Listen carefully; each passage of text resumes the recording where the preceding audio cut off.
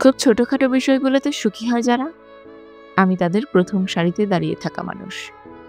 আমি বিশ্বাস করি না চিরস্থায়ী সুখ বলে কিছু আছে।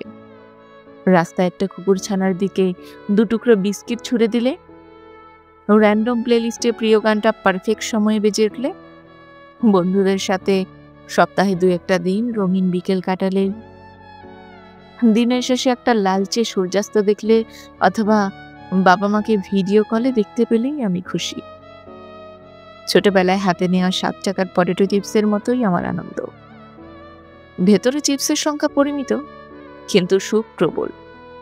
আর সম্ভবত এ কারণে অসংখ্য দুশ্চিন্তা কপালের ভাঁজ এনে দিলেও টিকে থাকি ভবিষ্যতে আসতে চলা মুহূর্তের আনন্দগুলোকে গিলে খাওয়ার লোভে।